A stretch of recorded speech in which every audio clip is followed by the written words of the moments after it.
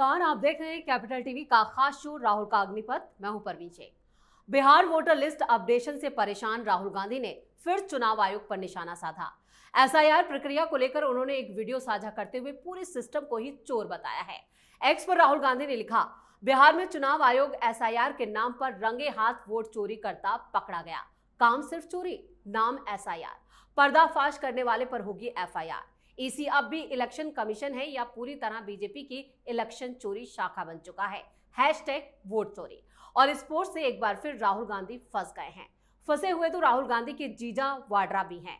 ED ने शिखोपुर जमीन घोटाले में प्रियंका गांधी के पति रॉबर्ट वाड्रा के खिलाफ एक सप्लीमेंट्री चार्जशीट दायर की है। यह मामला 3.2 एकड़ जमीन से जुड़ा है, जिसमें भ्रष्टाचार, जालसाजी और धोखाधड़ी जैसे गंभीर आरोप रॉबर्ट वाड्रा पर हैं। ईडी की जांच में सामने आया कि नए सबूतों और गवाहों से वाड्रा की मुश्किलें और बढ़ने वाली हैं। तो कैसे कांग्रेस और गांधी परिवार पर मंडरा रहा है खतरा? इस पर चर्चा के लिए स्टूडियो मौजूद हैं कैपिटल टीवी के एग्जीक्यूटिव एडिटर राजीव कुमार। आपका बहुत बहुत स्वागत है। धन्यवाद। क्या राहुल गांधी की आदत बन चुकी है संवैधानिक संस्थाओं का अपमान करना और चुनाव आयोग को बार बार उस पर निशाना साधना? देखिए, जिसका जैसी नीयत होती है वैसे ही वो सोचता है। अब राहुल गांधी और उनके पूरे परिवार, इन सब के ऊपर आरोप क्या है? आरोप है चोरी का।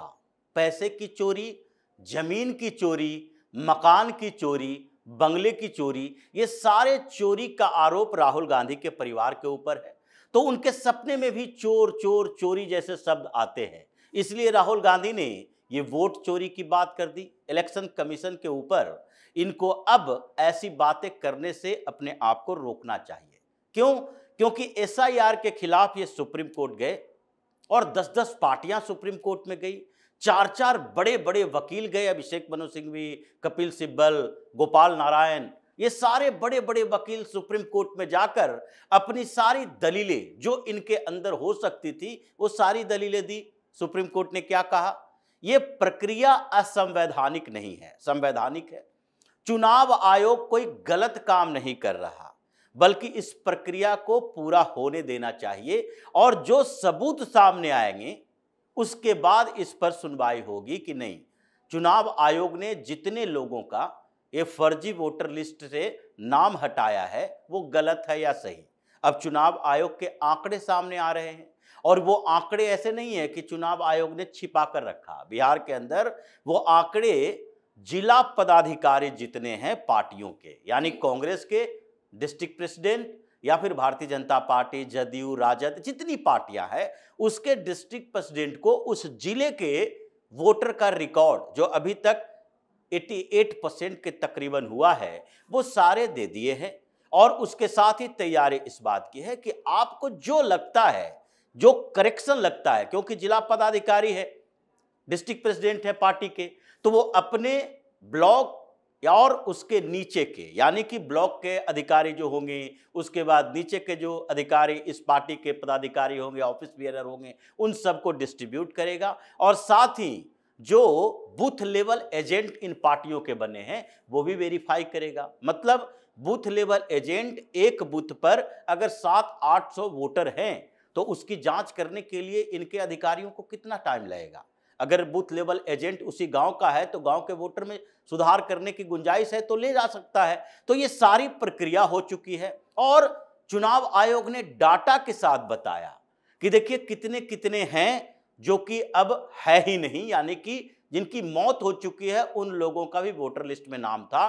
तो उसमें ये डाटा के साथ बताया कि 5.5 लाख ऐसे हैं जो अब है ही नहीं दुनिया में, जो 6-7 लाख ऐसे हैं जो पूरी तरह से परमानेंटली माइग्रेट कर चुके हैं, यानी कि उनका दूसरे राज्यों में, दूसरे जगहों पर जहां पर वो रहते हैं वहां पर वोटर आईडी कार्ड है तो यहां का खत्म हो रहा है। कुछ ऐसे लोग हैं जो रिपीटेड वोटर है। ये सारे आंकड़े देके बताया कि 36 लाख के आसपास वोटर है जो फर्जी तरीके से नाम दर्ज किया गया था, उसको हटाए हैं। अब आप अपने डिस्ट्रिक्ट प्रेसिडेंट पर भरोसा नहीं कर रहे, अपने बूथ लेवल एजेंट पर भरोसा नहीं कर रहे, भरोसा किस पर कर रहे हैं? जो दिल्ली में एसी कमरों में बैठकर आपको सलाह देता है। तो इसलिए राहुल गांधी का पहले वोटर लिस्ट से नाम गायब होगा। ये चुनाव आयोग को चोर चोर कह रहे हैं ना, इसीलिए अब जबकि एसआईआर की प्रक्रिया दिल्ली में होगी तो उस समय राहुल गांधी का वोटर लिस्ट में नाम नहीं होगा, क्योंकि जब ये सिटीजन ही नहीं होंगे भारत के तो फिर इनका नाम कैसे दर्ज हो सकता है, ये तो बताना पड़ेगा इनको। रिव्यू पिटीशन जो दायर किया गया है इनके नागरिकता को लेकर, उसमें तो साफ तौर पर कहा गया कि सारे एविडेंस इस बात के लिए हैं कि राहुल गांधी ब्रिटिश सिटीजन हैं और दूसरे देशों के भी पासपोर्ट इनके पास हो सकते हैं। पहले भी कैरेबियन आइलैंड के ये वोटर आईडी कार्ड इनके पास पासपोर्ट होने की बात कही गई थी, क्योंकि वहां पर $5 मिलियन इन्वेस्ट करके इन्होंने वहां का सिटीजनशिप लिया था। जितने भगोड़े हैं, मेहुल चौकसी, ये नीरव मोदी, ये सारे भगोड़े जितने हैं जिन्होंने पैसा डकार के बाहर में गया है, वो सब लोगों ने कैरेबियन आइलैंड, छोटे छोटे आइलैंड कंट्री, इन जगहों पर जो वहां के सिटीजनशिप पॉलिसी है कि आप $10 मिलियन इन्वेस्ट करते हैं, 5 मिलियन करते हैं तो वहां की नागरिकता मिल जाएगी, वैसे ही इन्होंने ले रखा है। और ये सबूत भी दिए गए हैं कि उज्बेकिस्तान से क्या कनेक्शन है, कौन सा वीडियो एविडेंस दिया गया है, ये तो अब कोर्ट की सुनवाई के बाद पता चलेगा। वियतनाम के बारे में बताया गया। तो ये सारी जो इंफॉर्मेशन दी गई है और रिव्यू पिटीशन है, उससे तो लगता है राहुल गांधी के भारत की नागरिकता जाएगी। दोहरी नागरिकता का यहाँ प्रावधान नहीं है। ये नहीं देखा जाएगा कि आप पहले वाले जो उन देशों की नागरिकता छोड़कर भारत के ही रखें, क्योंकि आपने फर्जीवाड़ा किया। आपने चुनाव आयोग को दिए एफिडेविट में छिपाया, आपने पूरे देश से छिपाया कि आपके पास किसी और देश की नागरिकता है।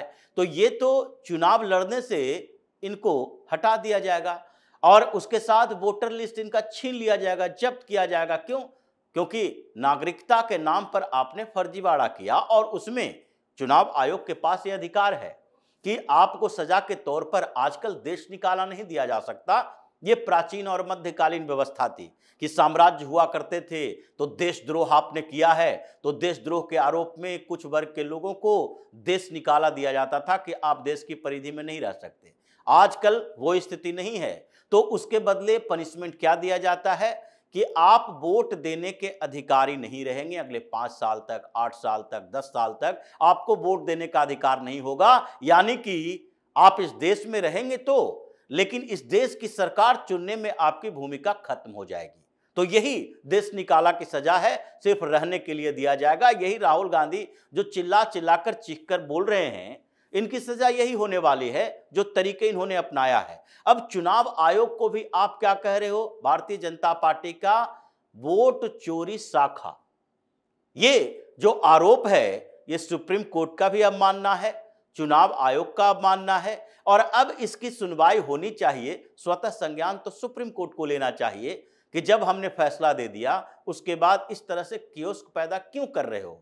अब राहुल गांधी के जो जितने पुराने मामले हैं वो खुल रहे हैं, सामने आ रहे हैं और एक एक करके उन सबके ऊपर कार्रवाई होनी है। बिल्कुल, राहुल गांधी पर जहां एक तरफ एक्शन की तैयारी है तो वहीं ईडी जो है वो वाड्रा के खिलाफ भी एक्शन की तैयारी कर चुकी है। कभी भी गिरफ्तार हो सकते हैं क्या? देखिए, जिस तरीके से ये चोरों का परिवार काम किया और जो प्रियंका वाड्रा की शादी हुई, उसी समय से लग रहा था कि गांधी परिवार में एक नए मेंबर की एंट्री हुई है, तो इतने सामान्य परिवार में शादी किए तो इसको करोड़पति अरबपति तो बनाना ही है, क्योंकि रॉबर्ट वाड्रा का परिवार कोई बड़ा बिजनेस हाउस वाला नहीं था और न ही पॉलिटिकल परिवार था।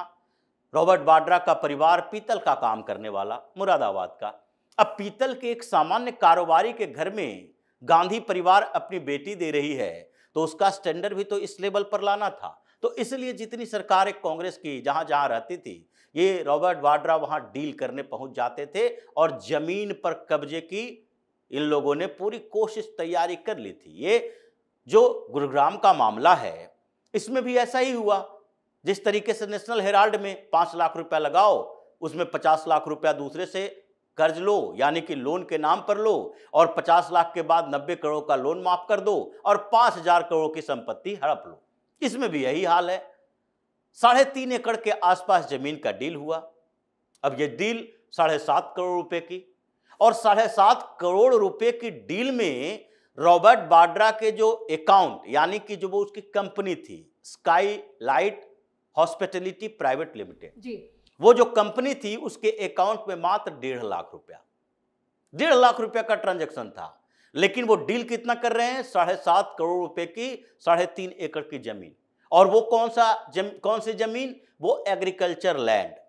लेकिन जैसे ही जमीन इनके नाम होती है और उसके बाद पैसे भी कहां से 7.5 करोड़ आते हैं ये पता नहीं। यही मनी लॉन्ड्रिंग का केस है कि 7.5 करोड़ रुपया इनके पास आए या फिर इन्होंने पेमेंट किया या नहीं, उससे कोई लेना देना नहीं है, क्योंकि ओंकारेश्वर प्रॉपर्टी वाला भी इससे मिला हुआ होगा। इन्होंने आगे की डील की होगी, फ्यूचर डील। फ्यूचर में पता चला जब अशोक खेमका ने ये सारे राज खोले कि आपने डील कर ली प्रॉपर्टी डीलर के साथ, और डील किस बात की थी कि एग्रीकल्चर लैंड है। एग्रीकल्चर लैंड की कीमत ही कितनी बढ़ेगी। तो एक काम करो, मेरी सरकार है, कांग्रेस की सरकार है, हुड्डा मुख्यमंत्री थे उस समय, तो हम तुम्हें ये कॉमर्शियल लैंड बना देंगे। रातों रात कॉमर्शियल लैंड बन गया।